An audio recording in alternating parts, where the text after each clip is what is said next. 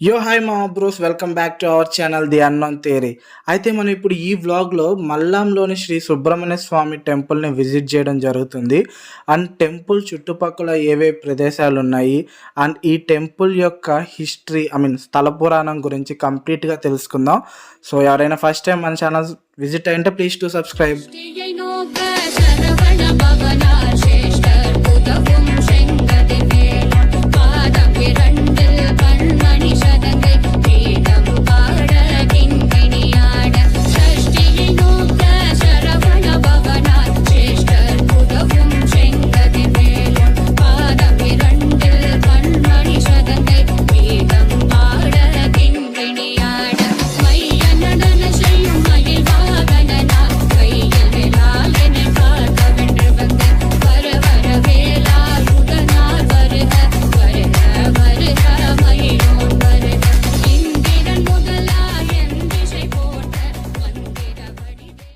Guys, అయితే ఇప్పుడు మనం మల్లంకి ఎలా చేరుకోవాలి అని తెలుసుకుందాం.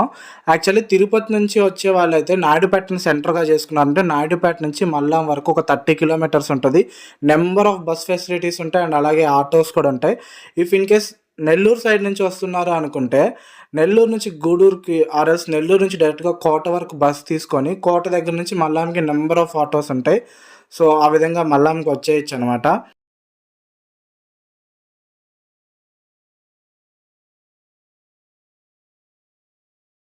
సో మనం మల్లంకైతే రావడం జరిగింది.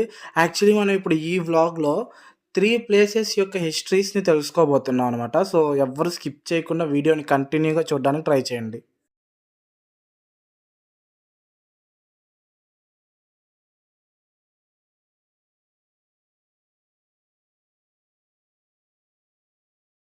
గైస్, ఈ టెంపుల్ టైమింగ్స్ మొత్తం నేను కింద డిస్క్రిప్షన్‌లో మెన్షన్ చేస్తున్నాను. ఒకసారి చూడండి. అండ్ అలాగే మొబైల్స్ టెంపుల్ లోపటికి అలో లేదు. సో నేను మాక్సిమం కవర్ చేశాను ఎవరికీ తెలియకుండా. అవి మీకు ఇక్కడ డిస్ప్లే చేస్తాను. అండ్ ఇప్పుడు నేను ప్రదక్షిణాలు చేసి డైరెక్ట్‌గా దర్శనంకి వెళ్తాను. ఇదే ఫ్లోలో మీకు స్థల పురాణం గురించి కూడా ఎక్స్‌ప్లెయిన్ చేస్తూ వస్తాను.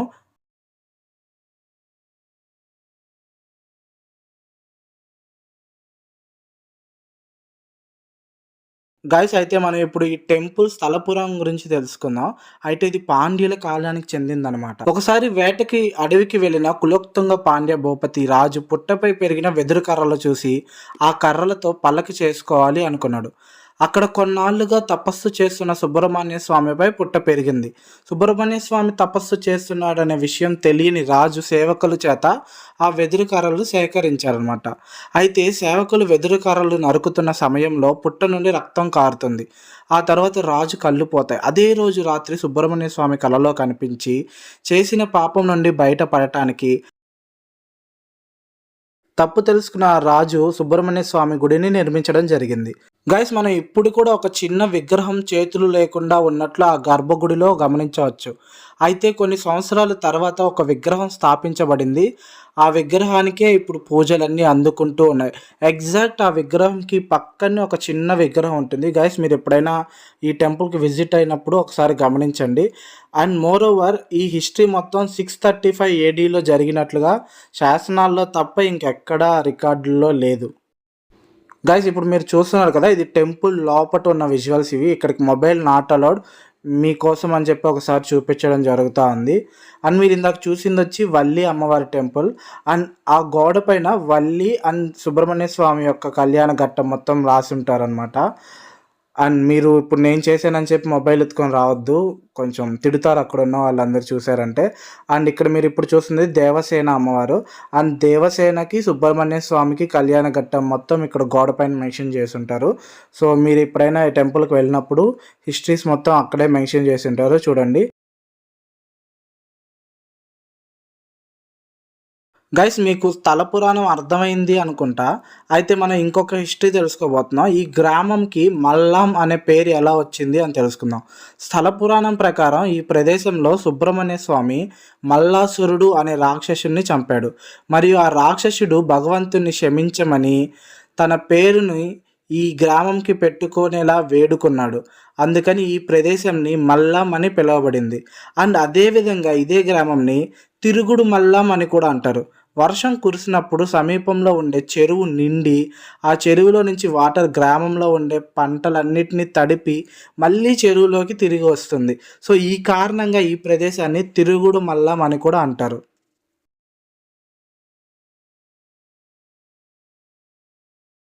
గైస్ అయితే మీరు ఇప్పుడు ఇక్కడ చూస్తున్నది శివాలయం.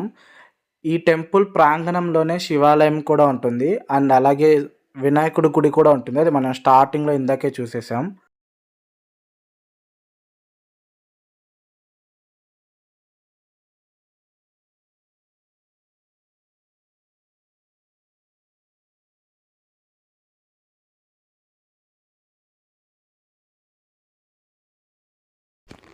గైస్ మీరు ఇప్పుడు ఇక్కడ చూస్తున్నారు కదా! ఇది కాలభైరవ స్వామి టెంపుల్. లోపటకు మీకేం కనిపించకపోవచ్చు మేబీ కెమెరాలో. మాకైతే క్లియర్‌గా కనిపించారు స్వామి.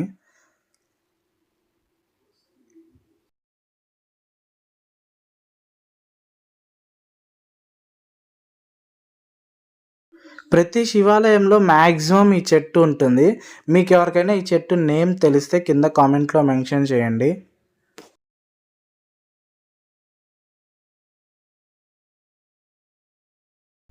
గైస్ నేను యాక్చువల్లీ వీడియో స్టార్టింగ్‌లో మీకు 3 హిస్టరీస్ గురించి 3 ప్లేసెస్ యొక్క బ్యాక్ స్టోరీ గురించి తెలుసుకుందాం అని చెప్పా కదా!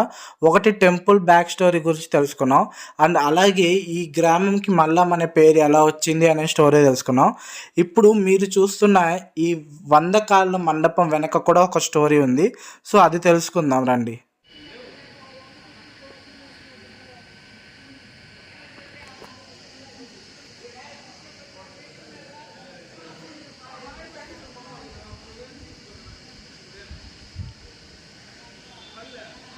గైస్ యాక్చువల్లీ దీనిని 100 కాళ్ళ మండపం లేదా 100 స్తంభాల మండపం అని అంటారు. ఇది టెంపుల్‌కి కుడివైపున ఉంటుంది. మండపం నిర్మాణం పూర్తయ్యే సమయానికి ప్రధాన శిల్పి కుమారుడు తన ప్రేయసికి అందమైన నిర్మాణాన్ని చూపించాలని కోరుకుంటాడు.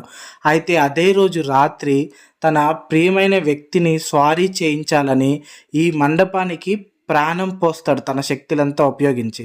గుర్రానికి ప్రాణం పోసిన తర్వాత ఆ గుర్రం పైకి ఎగరబోతున్నది గమనించిన తండ్రి ప్రధాన శిల్పి అక్కడికొచ్చి ఆ గుర్రం కాళ్ళు విరగ్గొట్టాడు.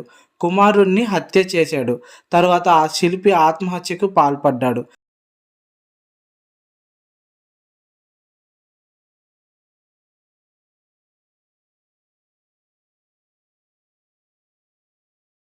గైస్ యాక్చువల్లీ ఈ రథము తూర్పు వైపుగా నిర్మించడం జరిగింది. కానీ ఈ ప్రాసెస్‌లో ఇలా ఎగురవేస్తున్న సమయంలో ఇది దక్షిణం వైపుగా ఎగురుతుండగా ప్రధాన శిల్పి కాలు నరికేయడం వల్ల ఇది దక్షిణం వైపుగానే ఇప్పుడు తిరిగి ఉంది. అండ్ లోపటికెళ్ళి ఒకసారి చూద్దాం ఎలా ఉంది అని. ఆర్కిటెక్చర్ అయితే చాలా మంచిగా ఉంది. నేనైతే ఫస్ట్ టైం ఈ మండపం లోపటికెళ్దాం. అండ్ ఈ మండపం లోపట పెళ్ళిళ్ళు జరుగుతాయంట. అండ్ అలాగే స్వామి యొక్క హోమాలు మొత్తం ఇక్కడే జరుగుతాయని చెప్పారు. లోపట పెయింటింగ్స్ కూడా అంతా చాలా మంచిగా ఉంది. కానీ ఇంకొంచెం క్లీన్‌నెస్ ఉంటే ఇంకా బాగుండేదేమో అని అనిపించింది. It's my personal opinion again.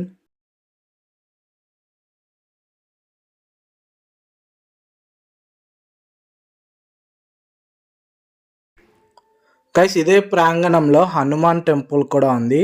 జై శ్రీరామ్. గైస్ ఇక్కడ టెంపుల్‌లో Tuesday and Sunday heavy crowd ఉంటుంది. అండ్ అలాగే ఎవ్రీ ఇయర్ ఇక్కడ తిరునాళ్ళు కూడా జరుగుతూ ఉంటాయన్నమాట. సో ఇది ఓవరాల్‌గా ఈ టెంపుల్ గురించి. అండ్ ఇక్కడ బయట కొన్ని విగ్రహాలు ఉంటాయి. వీటికి నేమ్స్ కూడా ఏమి ఉండవు. మీకు ఎవరికైనా తెలిస్తే కామెంట్ పెట్టండి. నేనైతే ఈ వీడియోని ఇక్కడికి ఎండ్ చేస్తున్నాను. Bye for now and see you next video. Tata.